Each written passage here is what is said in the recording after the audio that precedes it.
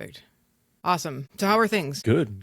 I feel like it's been a really long week, but it's only Wednesday. I know. Oh my God, I know. It has been a crazy week. And honestly, it has been like a crazy 2026, I think. Yeah. Agreed. It's going super fast and at the same time, super slow because again, it was like, today I'm ready to be done. I'm that exhausted part of the week where you'd wake up, you're like, oh, thank God it's Friday, but it's not Friday. I woke up today and I was like, is it Friday? I was like, fuck, it's Wednesday. And a couple more days. Although one of my kids is last day of school was today. The other one last day of school is tomorrow. So that'll be really nice. They were both very excited to finally be done with school for the year. What year are they? Or years? So my daughter is a sophomore and my son is in 6th grade. Wow, okay. So he'll be going into 7th grade. So he was super excited to start middle school this year. Yeah, I remember those days. Yeah, he enjoyed spending the first couple months of the year reminding me that I no longer have kids in elementary school. No, and he's probably grown out of the pre-tweens too, almost a full teenager now, yeah? Yeah, just about. It's just craziness. Speaking of craziness, there has been thing like living rent-free in my mind for the past week or so. Have you seen on TikTok this lady that is trying to be the first American woman to row a boat from California to Hawaii? No. I don't know why I stumbled across this. And so she's on day 13 and she's 500 miles in. Jesus Christ. Out of a 2,400 mile journey. And the craft that she is in, it's really not a whole lot bigger than a canoe. Like it's pretty high tech and pretty advanced, but she's rowing. She is rowing. Spotters? I don't know. I don't think so. And you can like track her. I hope somebody's following close by with like an actual boat. I don't know, but it's absolutely horrifying. I have just an irrational fear of open water. And but I feel the need to watch her updates as she today was, during her day 13 update and trying to cook a meal in this little propane stove in her boat as it's rocking really crazily back and forth.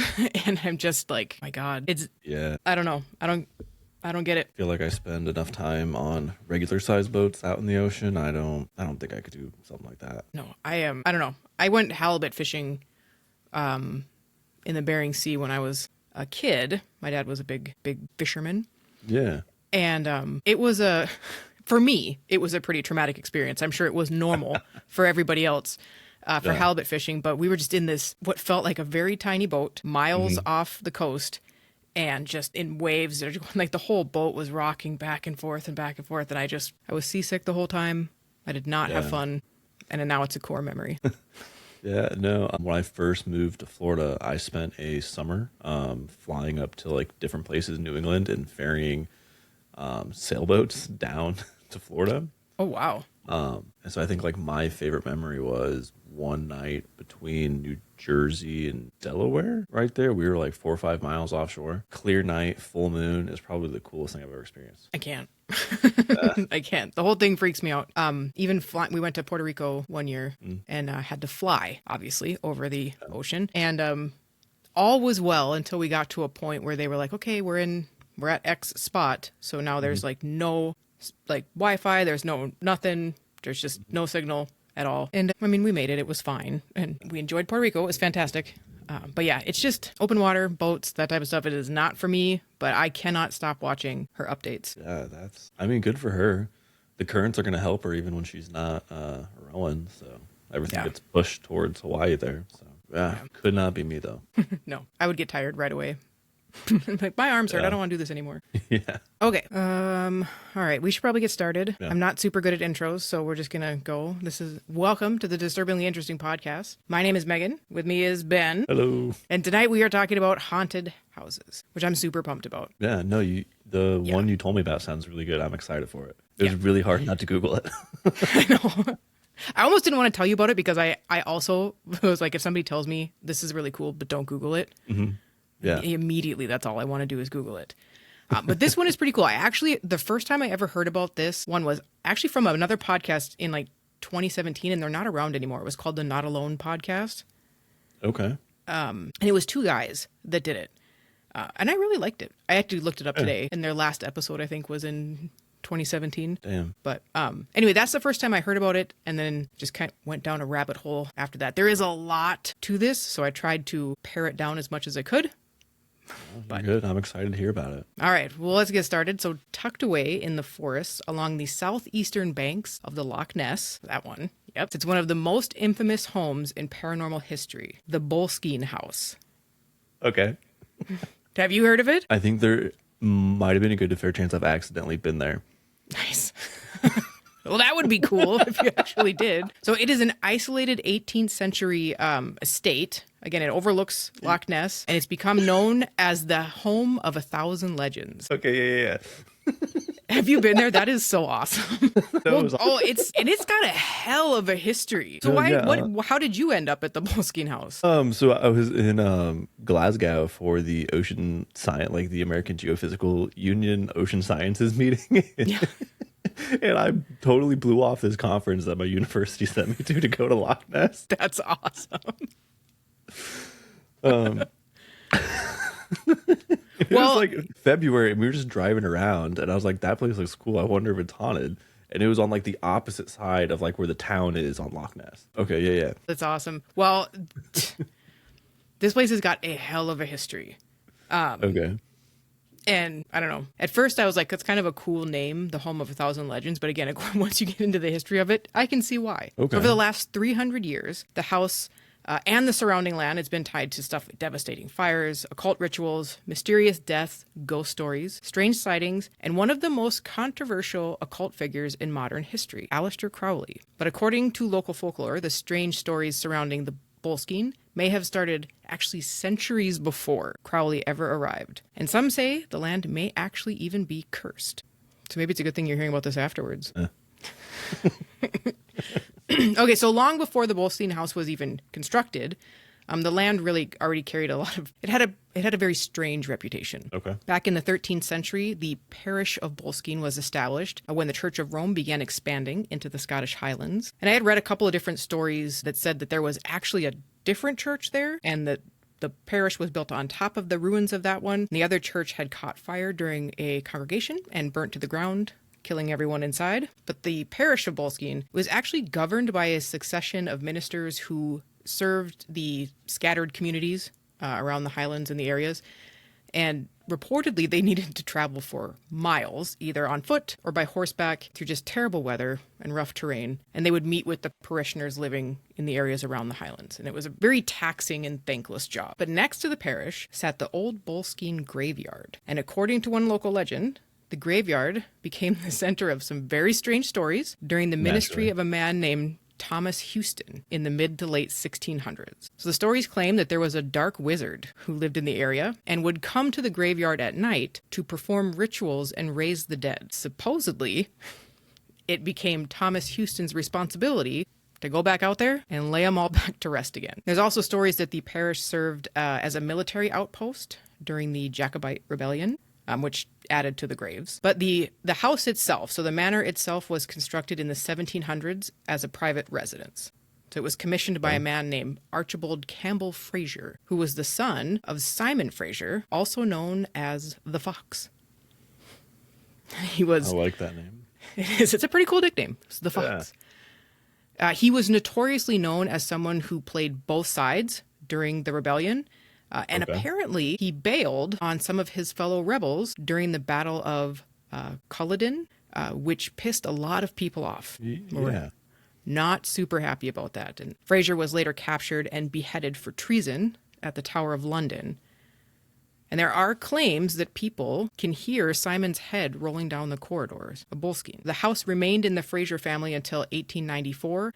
And for the next few years, the home, it quietly passed between owners. But eventually, Boleskine House would become permanently tied to one man whose reputation alone transformed the property into the paranormal legend that it is today. Okay. And that is Aleister Crowley. Of course. So Aleister Crowley was born in England in 1875. Should I take a drink before I started? Aleister Crowley was born in England in 1875, and he became notorious in his lifetime for just being really bizarre and having a very provocative lifestyle. Right. And after his death in 1947, he grew into this huge over-the-top figure in the occult world. Mm-hmm. In addition to being a British occultist, was a writer, a mountaineer, and he was best known for creating his own religion called Thelema, and also referring to himself as the Beast 666. So Crowley loved shocking people, and it was really easy at that time.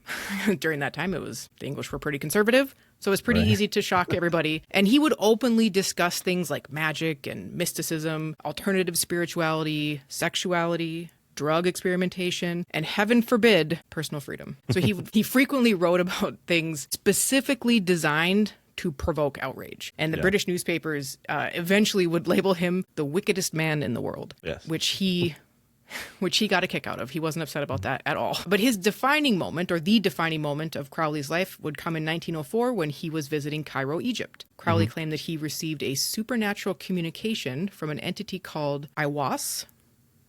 I'm not 100% sure if I'm saying that right, but Iwas. According to Crowley, Iwas dictated a text to him that was known as the Book of Law. That became the foundation for his religion, Thelema. And the most famous phrase is, "Do what thou wilt shall be the whole of the law," which most people interpreted to mean do whatever the hell you want. That's definitely how he interpreted it. So in 1899, Aleister Crowley purchased Boleskine House. And he did not buy this for a peaceful vacation property.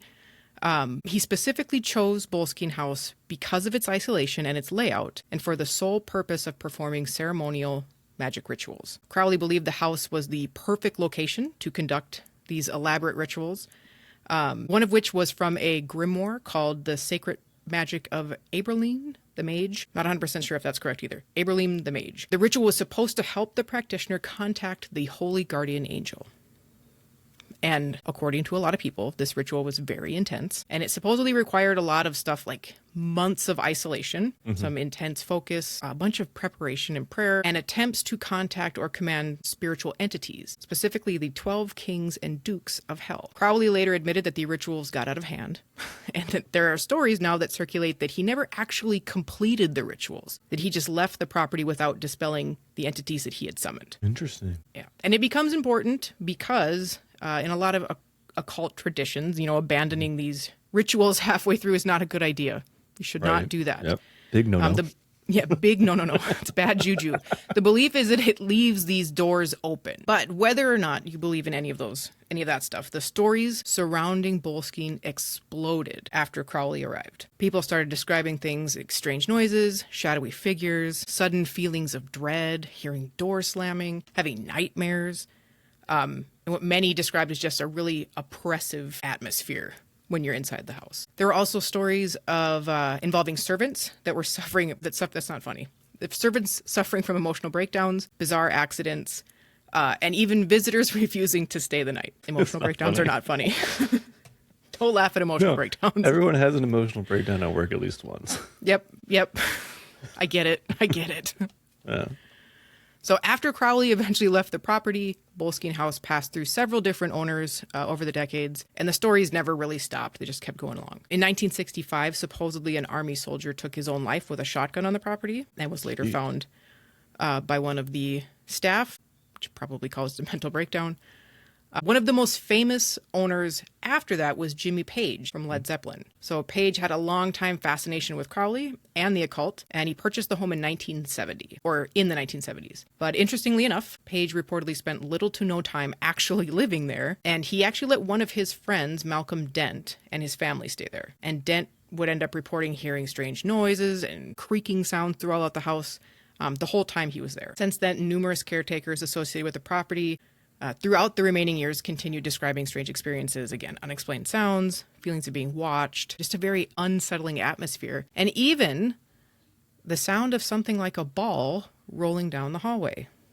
It's perhaps Mr. Simon Fraser's head, maybe. Could be. In 2015, a major fire devastated the Boleskine House, and then a few years later, in 2019, another fire caused even more destruction. A lot of paranormal believers, there's people in general, kind of feel like the repeat disasters really only added to the reputation, and then people again started to question whether or not the property itself was cursed. Other people viewed it more realistically. It's an old structure.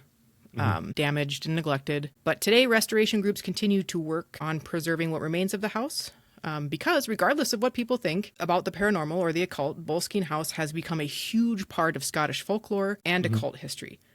Yeah. And you can tour it. The Boleskine House and its estate, well, you know firsthand, you can tour it. The Boleskine House and its estate is now owned by the Boleskine House Foundation, which is a registered Scottish charity. boleskinehouse.org. You can head on over there to learn more about the history of the house, support the foundation, and yes, even book a tour. I didn't actually know that. I just saw it and I was like, that place looks cool. It does look pretty cool. Yeah. I'll double check.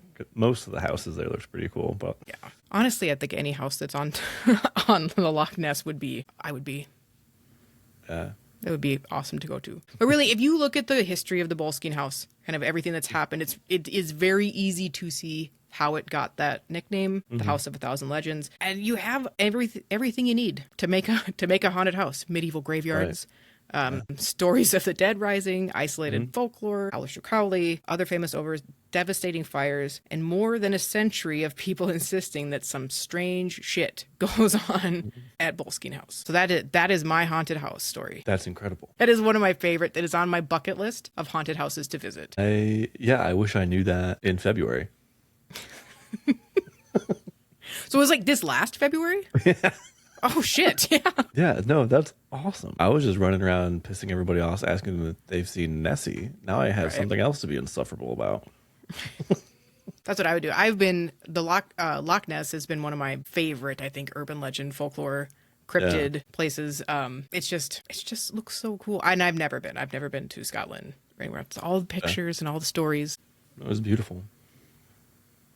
No, I think it's funny because like in like my professional world oceanography, there's a single place where like legends and folklore and ghosts overlap with oceanographic research, and it happens to be Loch Ness. Really? There's a singular billionaire in Scotland that is obsessed with finding Loch Ness, and so all of these Scottish and other United Kingdom universities have found a way to like use his money that he is putting out there to find Nessie. And so there's a large body of oceanographic research that's focused on like nutrient movement, water dynamics, hydrodynamics, that is all under the guise of looking for Nessie. And it's just all on Loch Ness. We have a really good understanding of the hydrology around Loch Ness, like how the water moves in Loch Ness, like all of the caves. And it's all of this body of research where people are looking for what they think is a fictional cryptid. That's genius. I've heard about that guy. Yeah.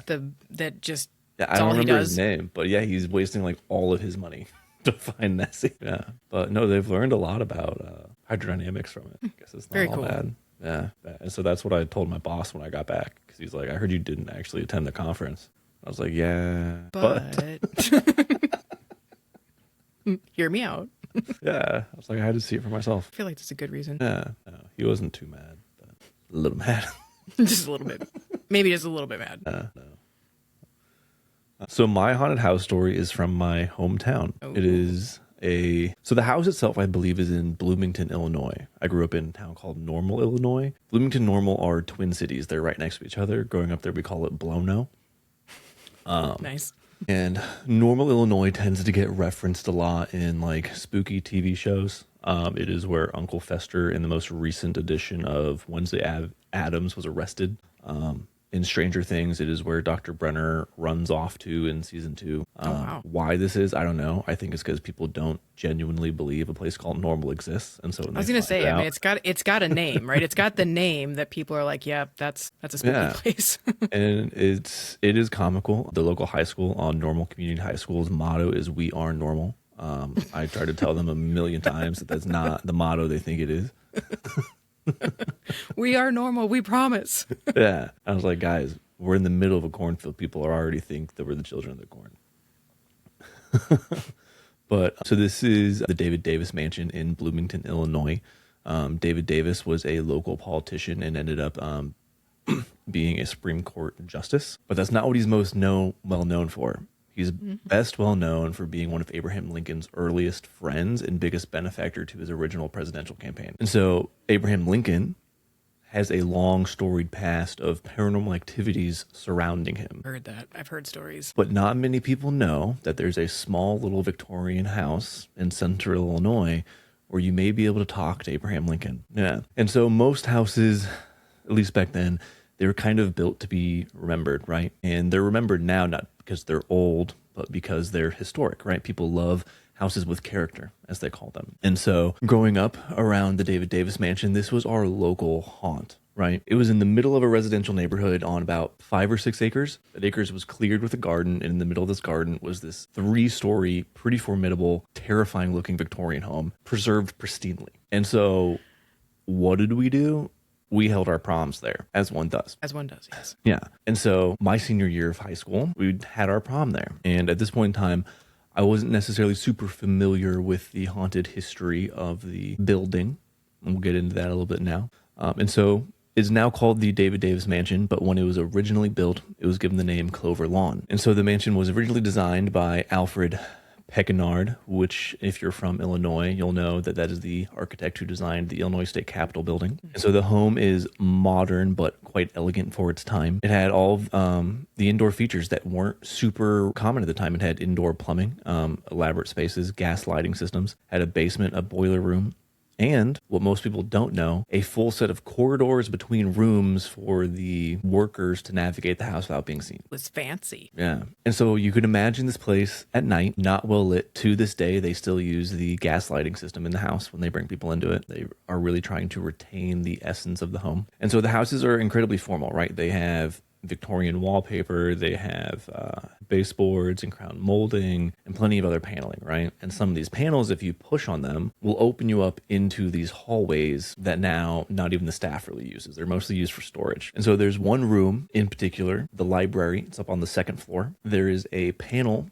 behind one of the back bookshelves that'll take you down a hallway into a room called the Pink Room. And so the Pink Room originally was the ballroom, right? And it's up on the 2nd floor. It takes over about half the house. The Pink Room now is more or less just like a display exhibit for the museum of the house. And so during our prom, we were allowed into the library. They didn't inform any of us that if you touch the walls, they might open up. And so I feel like that's pertinent information. Right.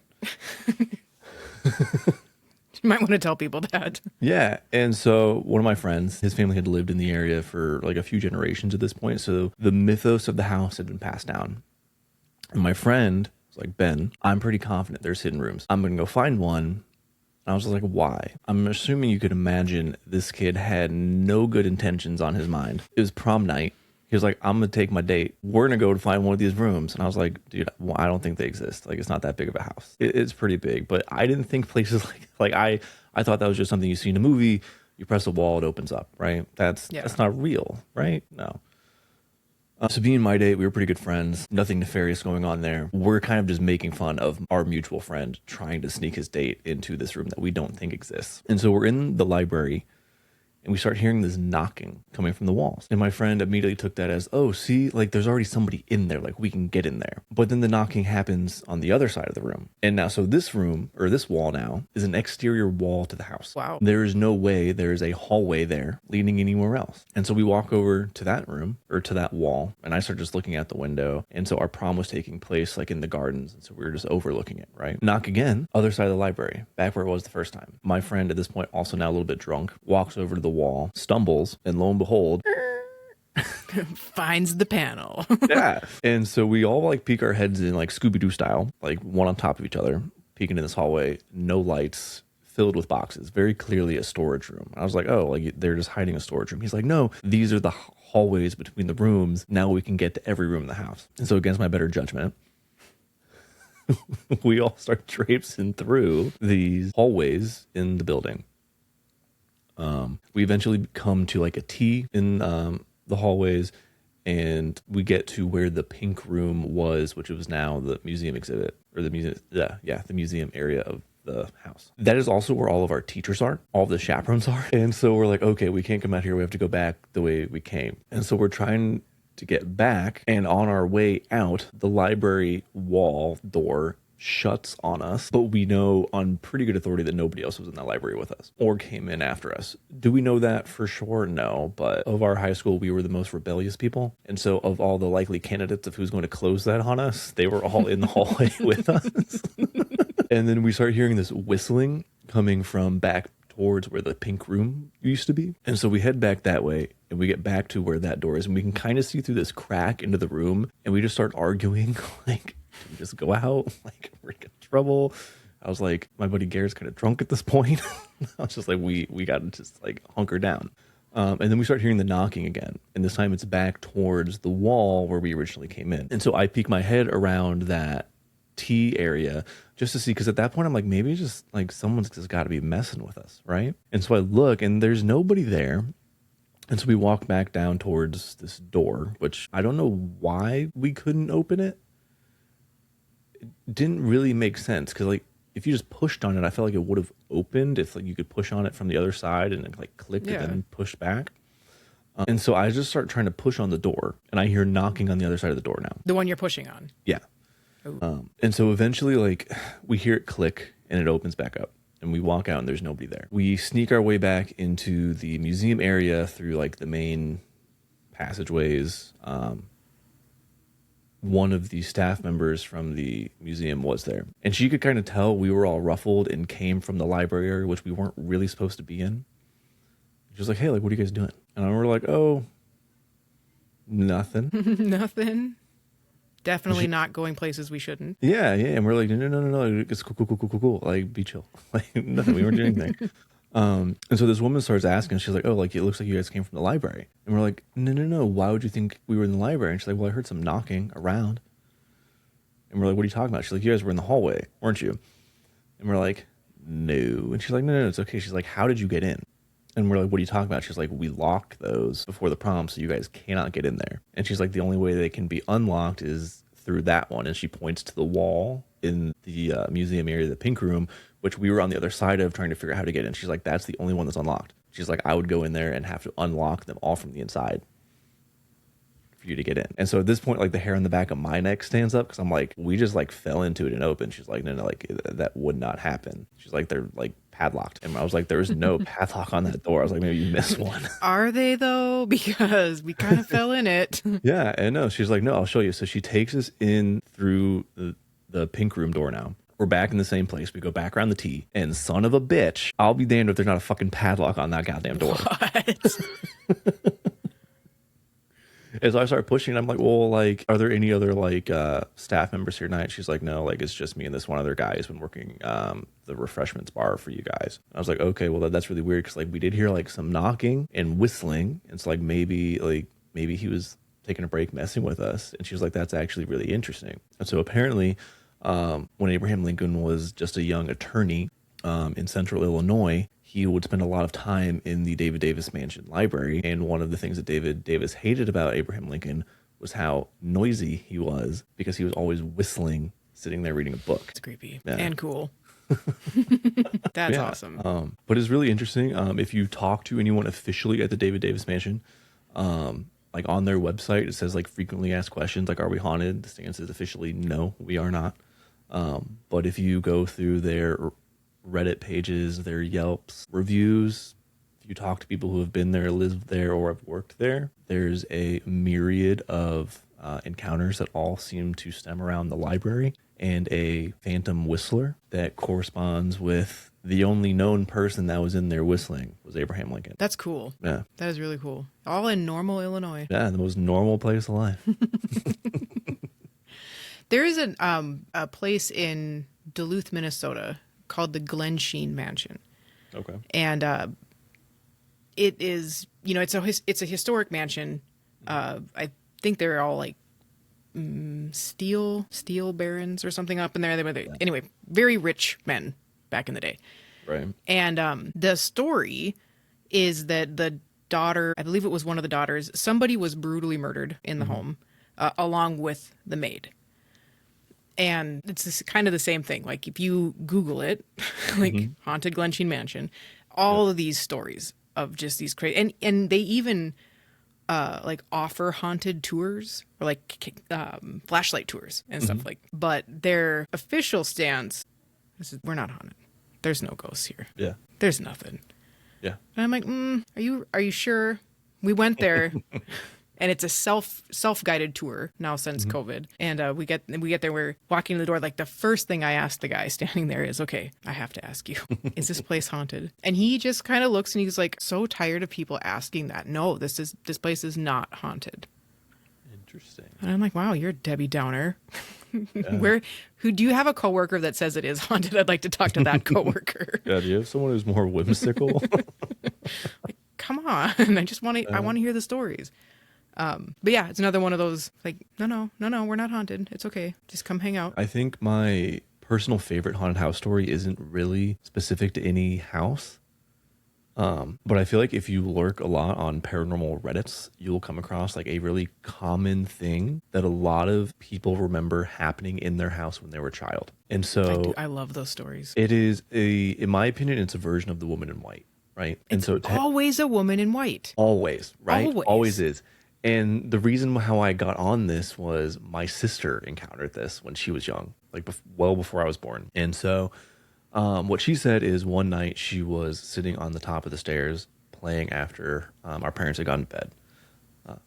Rebellion tends to run in my family. And so she just wanted to stay up late, play with her dolls, but she was just sitting at the top of the stairs. And so her room was next to my parents' room, which was, if this is the hallway, my parents' room was here, her room was here. On the opposite side of the hallway was like a front office room, right? And she vividly remembers a woman in white opening the door and floating into her room with like long red flowing hair. And she's like, this woman just opened the door, looked at me, smiled, and then floated into my room.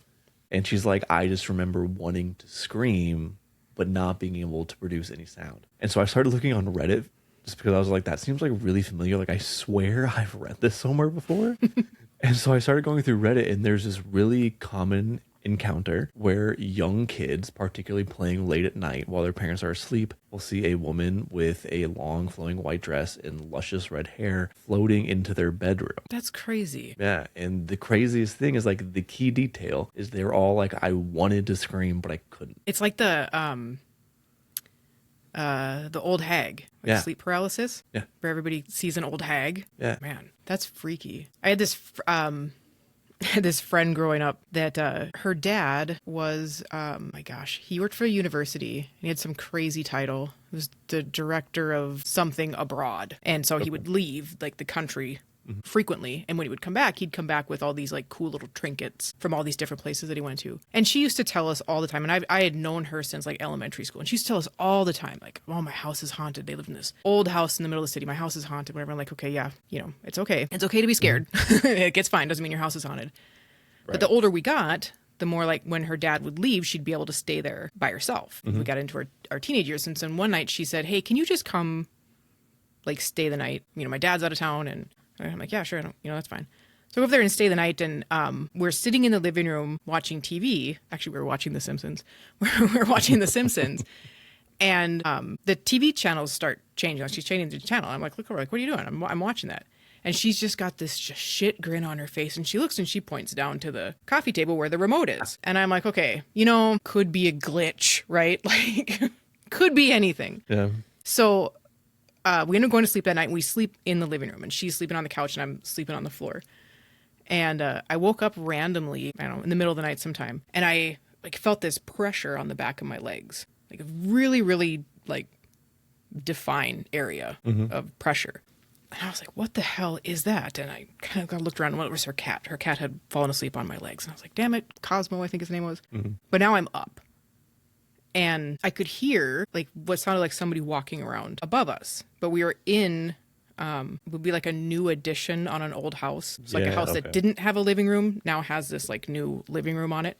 So there wasn't rooms above. Yeah. There wasn't a floor above. So then I'm like, is somebody walking on the roof? Like, my first thought is not a ghost. My first thought is like, somebody's fucking walking around up there. Fuck that. And I'm sitting there listening, and I'm listening to these footsteps move across the ceiling over to the wall, like where it would now meet the exterior wall, and then into the hallway upstairs. And I'm like, what the hell is happening? And I could hear it walk to just about where it would get to going down the stairs. And then it stopped. And I was freaked out. I did not fall back asleep. There was definitely no one in the house, nobody else in the house. And when it was pretty early, I was kind of a shitty friend. It was like pretty early. I'm like, okay, I'm going to go.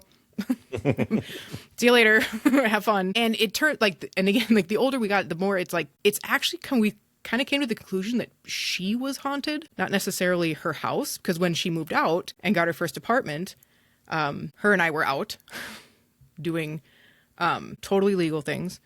And when we came back, it's like 2:00 in the morning, and we come back and you can hear like this music playing really loud and this stuff. And we're like, oh, somebody's going to get in trouble.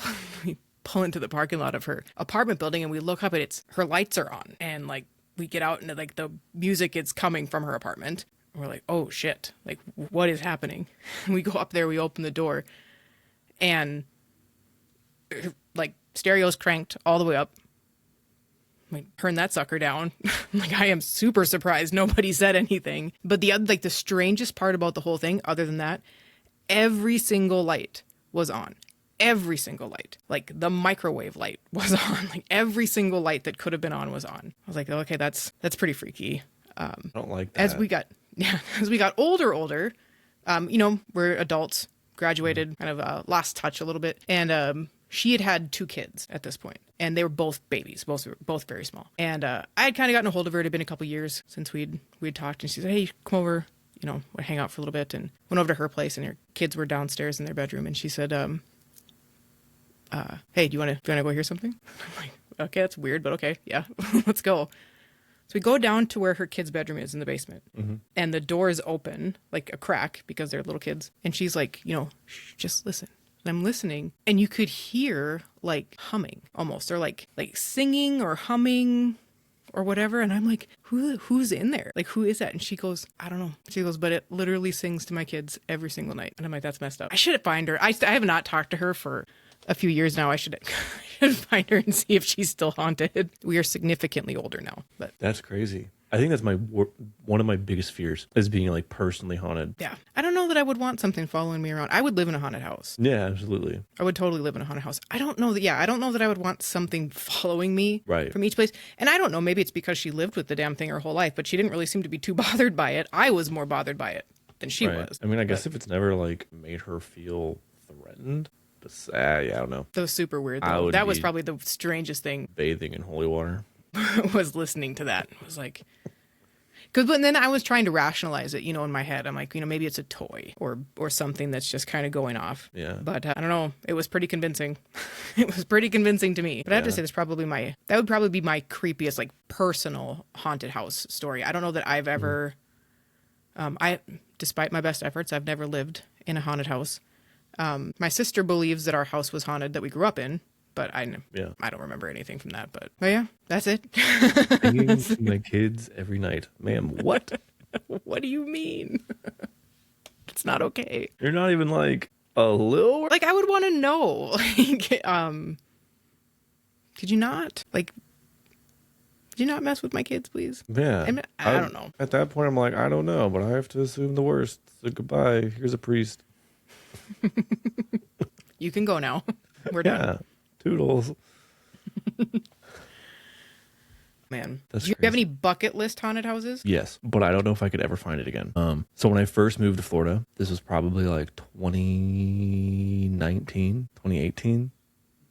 I was just deciding to go back to school and I didn't know anybody here. And so I joined a like local ghost hunting group to make some friends. And I also this was the point in my life where I was like, okay, I really, really, really want a paranormal encounter. Like I wanted one really badly because even the David Davis mansion thing, really creepy. I still feel like there's a million ways to rationalize that. And I still to this day think that lady was fucking with us. I mean, if I worked at a place like that, right. I would fuck with kids too. My working hypothesis is yes, she did hear us in there. And then she went in there and padlocked that door, gave us the house, that whole story, and then showed us the padlock. That's what I think happened. Can't prove it. Super creepy. But I've always really wanted something that I just could not, no matter how hard I tried, rationalize away, right? So I joined this paranormal group. And I think it was they really thought they were taps. Or Zach Bacon's or something. I was just this is crazy. You're a mom of 5, you're an alcoholic bartender, and you're unemployed. But yeah, cool. For sure. And so they would set up a million cameras, and then they'd be like, yeah, now we got to do evidence review, and they would lock themselves in a hotel room for like 3 nights to do that.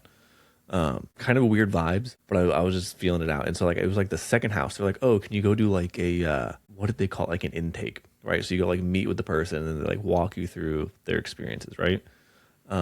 And so I just sit in this like random address in town, and I show up, and it's really weird because I noticed all the vegetation at the house was dead, which in Florida HOAs take that shit very seriously. Like most HOAs, you have to have like very specific plants, you have to have so much vegetation, yada yada. And I was like, that's crazy. Like, you guys gonna take care of your plants? You gonna do something about this or what? Yeah.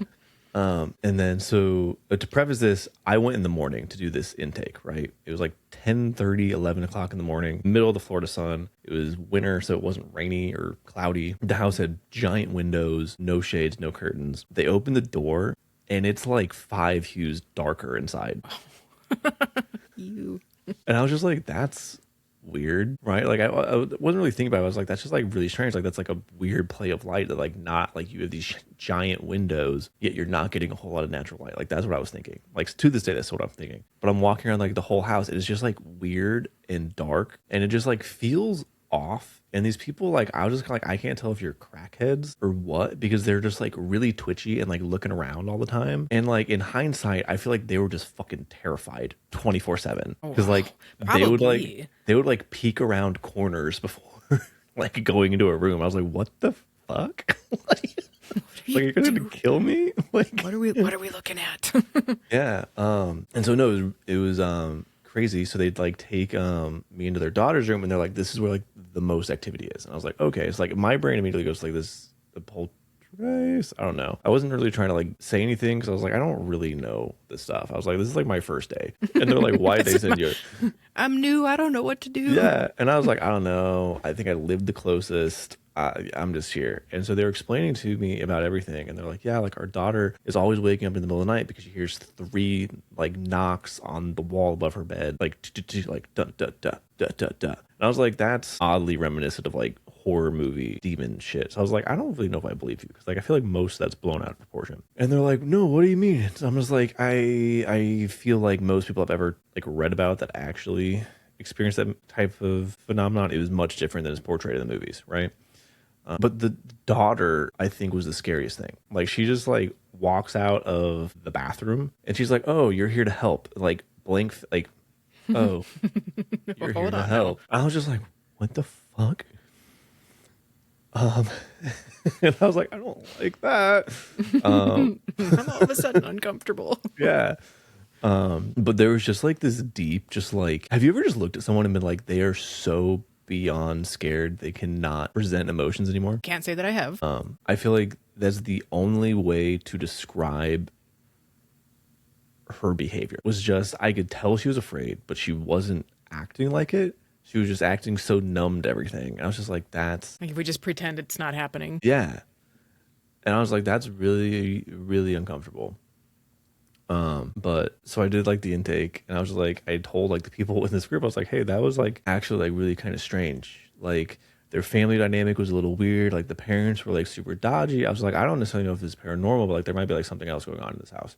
And they're like, what do you mean? I was just like, again, the parents were like super, like they weren't like itchy, but they were like, I could tell they were on edge. Mm-hmm. And like whenever they would go into a room, they would look around the corner and all this like crazy stuff. And then I was like, also it was like kind of weird, like they're clearly like not taking the care of their lawn, and they live in a really nice neighborhood. So like maybe there's like some mental illness going on here. Like they're just like not taking care of things. I was just like, I don't know. It was like, it seems really weird. I was also just like, yeah. And it was like, they also just like, maybe they're like vitamin D or vitamin C deficient, like whatever you get from the sun.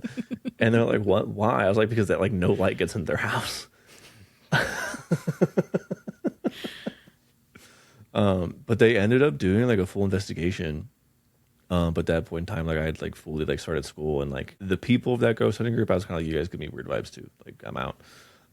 And like what I would give to go back in time to not only go on that investigation, but just be able to look at the whatever they caught. Right. I was just gonna ask if they ended up catching anything. I think they did. I'm pretty sure that group no longer exists. Like I look at their social media sometime. I think the last time they posted was like 2019, 2020 maybe. Yeah, that was really weird. And like some of it, like kind of like some of the stuff they said was happening, I don't really know how much I like believe that on its face. But then like looking back on it, just like the state everybody was in, I was like, at the very least, something was going on. these people were absolutely mortified of what was happening in their house. And so yeah, I wish I could remember where that was, or just like follow up with those people. Like I wish I had saved a phone number or something, just because like there was something there, and I'm so curious. It's creepy. Now I want to know like, what happened and what was going on. Yeah, it's one of those mysteries I'll never get an answer to. I've had I would say 2 experiences in my life that were like, I don't know how to explain it.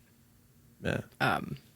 Absolutely crazy. We should save them for a ghost story show. Yeah. But one of them, well, and I've worked in healthcare. My entire working career has been in healthcare. And I started kind of, frontline caregiver stuff in a nursing home. And I'm not, I am positive that there is something happening in that place. I've got a few stories from there, and some of them are, I don't know, they're creepy, but at the same time, you could be like, I don't know, you could explain it away.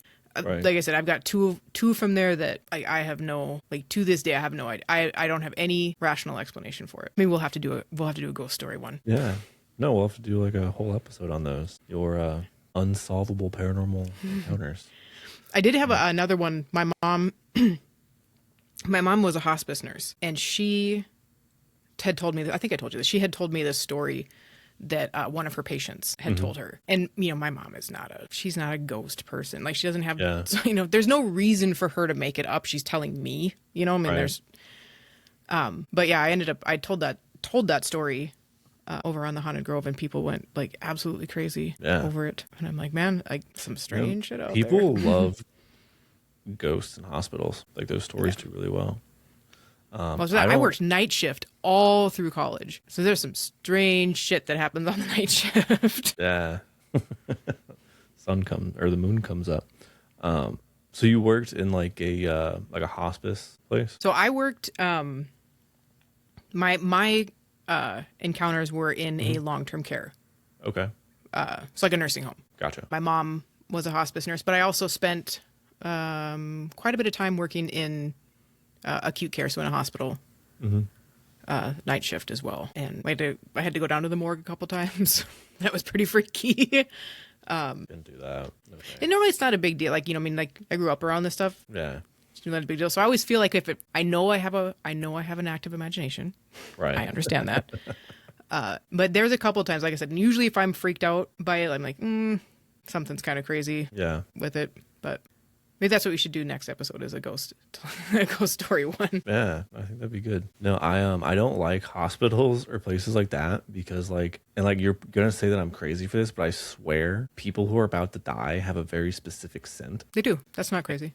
Yeah, and I just don't like that. No, that's not crazy at all. That is true. Okay, cool. That is true. There's also a couple other things that I don't know that is scientifically true. I think if you ask anybody that works in healthcare, they will tell you it's true. One of the things is called a rally. So that's when people like seemingly get better and then die, right? Right before they die. Yeah. I took care of this lady. Her name, I think it was Lucille. It's been long. It's been decades. She's not here anymore. And she had a stroke and was had dementia and was nonverbal in the sense that she couldn't make words. Like, she could make sounds, but not words. Yeah. And that's how it always was. That's how you did. You'd walk in, and every single evening I'd walk in and I'd say something like, "How's it going, Lucille? And hope you had a good day, Lucille," or something like that. And I'd come in and do it, and she would make noise. She made noises kind of like a ba ba ba ba ba ba ba ba ba, like that. Yeah. And I would just have a conversation with her. And I was young. I was like 18. I was just having a conversation with her, like she was talking to me, and she had gotten really sick and was unresponsive for a while. And I was going in and taking care of her. And I walked in every day. I did the same thing, creature of habit. I walked in and I was like, "Hey, Lucille, how's it going?" And she looks at me and she goes, "Pretty good. How you doing?" I'd shit my pants. I was like, "Hi." And she's like, "Hey, something like, I'm thirsty. Can you give me some water?" And I'm like, "Sure." And I like get her some water, and I'm talking like I thought I was losing my mind. This is the first time I'd ever experienced this. I thought I was losing my mind, and I had a full on conversation, probably 5-10 minutes with her while I was in there doing what I needed to do, and I left and I went to the nurse, and I'm like, so Lucille, like Just talking. I just talked to her. And they're like, yeah, you're supposed to talk to people, Megan. And I'm like, no. Like we talked, like we had a conversation. And the nurse was like, oh shit. I'm like, what? And she was like, it's a rally. She's going to die. And then sure as shit, a couple days later, she died. That's crazy. The other thing is pets. Okay. We had a couple of cats in the facility. Like people would bring in cats. We had cats there. And but one of them that, called it the Grim Reaper. But it was just, again, we were young and stupid. But yeah, the Grim Reaper would go and when he was hanging outside a room, you could almost be like, yep, that person, something's going to happen. That's crazy. I'm glad to know the scent thing is real. Because like sometimes I'll like meet someone out in the wild. I'm like, I'm not trying to freak you out, but you're about to die. It's not. Like I don't actually say that, but I'm just kind of like, do you know you got like 10 minutes left? Like why are you here? Something's gonna happen. Yeah. I don't know that I've ever experienced that outside of a some kind of a healthcare setting. You know what I mean? Like I think when I was younger, I just thought it was like a lot of old people smelled funny, and then like the older I got, the more I realized it was just like it was only the old people who I never saw again that smelled like that. And then I'm just like now it's just like sometimes it'll be like not necessarily like a young person, but like an older person who's not that old. I'm just like, oh shit. I feel like it smells like, I don't know, like burnt cinnamon or something. I don't know how to describe it. I don't know. I don't know that I could. Same. I don't know that I could put a description on it. But you know. Yeah. You can tell. You can definitely tell. Definitely weird. It is definitely weird. Probably. I hope nobody starts up just at that part. Probably need context for that. Yeah. Yeah. Maybe we should do that. So I feel like I totally lost my train of thought. I was thinking about how dead people smell, which is strange, but it is what's happening. Nope, it's gone. Okay. Yeah, no, it's gone. I'm sure it'll come back to me later. Yeah.